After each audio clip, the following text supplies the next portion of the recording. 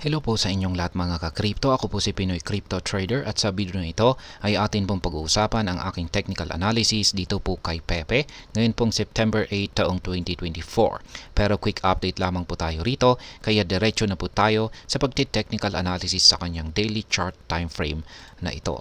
At ayan po yung aking naging previous technical analysis dito kay Pepe.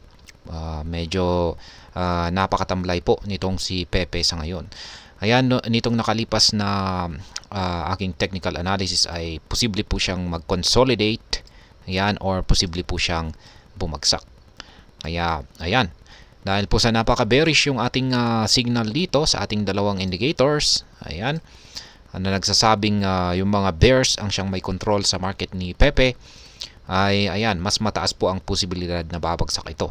Kaya yung aking ikalawang projected na magiging galaw ni Pepe ay babagsak po siya at yan na po yung nangyari. Kaso ayan, meron po tayong isang minor support line dito na nakabang dito sa ibaba na nasa presyong 50 digits 646 kung saan po siya nakaranas ng rejection. Yan, tumalbog po siya dito. Ayan, tayo po ay ngayon ay magkakaroon po tayo ng panibagong mga projections dito sa magiging galaw ni Pepe yan dito sa video na ito. Ngayon ay meron po kasi tayong isang resistance line dito. Nagsisilbi po itong resistance line ngayon. Ayan, dito po yan. Kung base po yan sa mga rejections natin dito. Ayan, pangalawang rejections. Ayan, meron na po siyang multiple rejection dito. Kaya nagsisilbi po itong isang solid na resistance line natin dito. Lagay po natin yung kanyang price level. Ayan, yung mga color coding po pala natin dito is lahat ng mga kulay green ay nagsisilbing mga resistance line or harang dito sa itaas. Lahat naman po ng mga kulay red dito sa ibaba ay mga support line. Ayan, nagsisilbing harang dito sa ibaba. Ngayon ay yung una na nakikita ko po na magiging galaw nitong si Pepe ay ayan, magpapatuloy po siya sa kanyang nararanasang pagbagsak. Yan na, nagkaroon siya ng rejection dito. Ayan, at kapag aakyat po siya ay posible po siyang magkakaroon ng rejection ulit dito sa resistance line natin na ito. Tapos ayan, susubukan po niya ulit na bumagsak para muling subukang basagin yung ating minor support line dito. At kung pag mababasag po niya ito, ay syempre magpapatuloy po siya sa kanyang pagbagsak dito. Ayan, babagsak po siya. Ayan. Ganyan po ang mangyayari rito. Ayan, magpapatuloy lamang po siya sa kanyang pagbagsak kung sakaling nabasag niya or tumagos po siya sa minor support line natin dito sa ibaba. Ngayon ay posible po siyang makabalik dito sa ibabaw.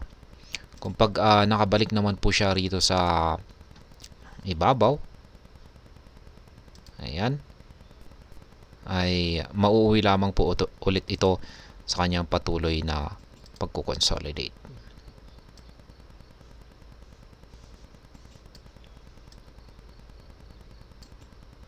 Ayan, magkukonsolidate lamang po siya.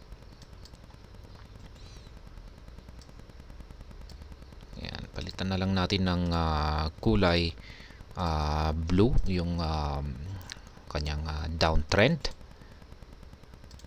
Ayan, uptrend naman itong kulay orange. Kaya yan po yung mga projected price action na nakikita ko po na posibleng magiging galaw ni Pepe sa mga paparating na araw. Pero mas mataas po ang posibilidad na ang mangyayari rito na tatahakin ni Pepe sa mga paparating na araw ay itong kulay blue na projected na price action natin dito. Kaya yan, lagay lang natin ito sa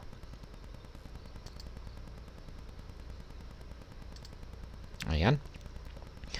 Ayan yung kulay blue kasi ang aking basihan po rito ay yung ating dalawang indicators dito. Unang-una ay yung ating Hall Street indicator dito ay kulay red.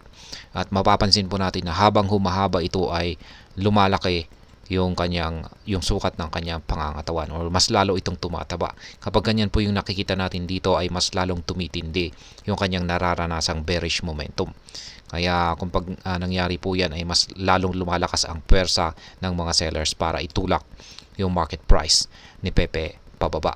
Kaya malamang ay yung kanyang nararanasang pag-angat na ito ngayon, or dalawang nabubuong bullish candlestick, ay malamang ay kumukuha lamang po siya ng sapat na buwelo para muling balikan at basagin yung minor support line natin dito sa presyong 50 digits 643. Ayan. Kaya kung pag nabasag po yan ay diretso po siya, magpapatuloy po siya sa kanyang pagbagsak. At yung sunod po na nakaabang rito na minor support ay isang support line, ay isa po itong major support line kung saan ay nasa presyong 50 digits 439. Kaya medyo malaki po ang ibabagsak ni Pepe kung sakaling nabasag po yung minor support line natin dito. Kaya ayan. Maliban po dyan ay yung pangalawang indicator po natin dito ay ang ating QQE mode indicator dito sa ibaba. At mapapansin po natin dito na simula noong August 29 ay dito po nabuo sa ibaba yung mga QQE bars natin dito. At nitong September 1 ay naging kulay red na po ito, na nagsasabing ayan, matindi na po ang bearish momentum na kalagayan ni Pepe. At yun nga lang, at medyo yung mga sukat nito ay nakaranas po ng medyo pantay-pantay rito. Yan, simula noong September 1 hanggang September 5. Kaya medyo hindi po siya gaanong gumalaw ng malaki dito. At yan, nagpatuloy lamang po siya na bumagsak nitong mga September 5 hanggang September 7, kasi dito na po nag-umpisang lumaki yung mga sukat nito. Kaya yan po yung binabantayan natin dito, kung magpapatuloy po ulit sa pagslaki ang sukat ng ating mga QQE bars, ay sinyalis po yan na tuluyan na pong mababasag ang ating minor support line dito, at magpapatuloy po sa pagbagsak itong si Pepe. Kaya yan po yung mga binabantayan natin dito. Kaya sa madaling salita ay mukhang yung pagbagsak nitong si Pepe, kung magpapatuloy pa ba ang kanyang pagbagsak, ay nakasalalay po sa ating minor support line dito, ang 50 digit 643. Kung mababasag po yan ay tuloyin po ang pagbagsak na mararanasan ni Pepe. Yan. Pero makakabalik po siya rito sa ibabaw ng ating minor resistance line dito, ay hindi pa siya handang umangat, kundi mauwi lamang po yan sa patuloy na pagko-consolidate nito. Yan, pagdating naman po sa ating trading or spot trading dito kay Pepe, ay meron po tayong na-trigger dito na isang buy pending order, kung saan ay na-trigger pa po yan nitong nakalipas na September 6. Nakabili po tayo rito sa presyong 50 digits 643. Ayan. At ngayon ay ibebenta po natin yan. Yung portion po ng nabili natin dito ay ibebenta po natin dito sa presyong 50 digits 880. Ayan. Bebenta po natin dyan. Magti-take profit po tayo dyan. Kaya ayan na po yung aking mga live spot trading positions dito kay Pepe. Ayan, pwede po nating tatanggalin po natin ito. Ayan, bawasan po natin yung ating mga sell pending order or take profit. Ayan, kasi meron po tayong isang solid na resistance line dito. Ayan, ang 40 digits 1083. Kaya hindi po basta-basta malalampasan ni Pepe ang harang natin dito, ang roadblock natin na resistance line dito.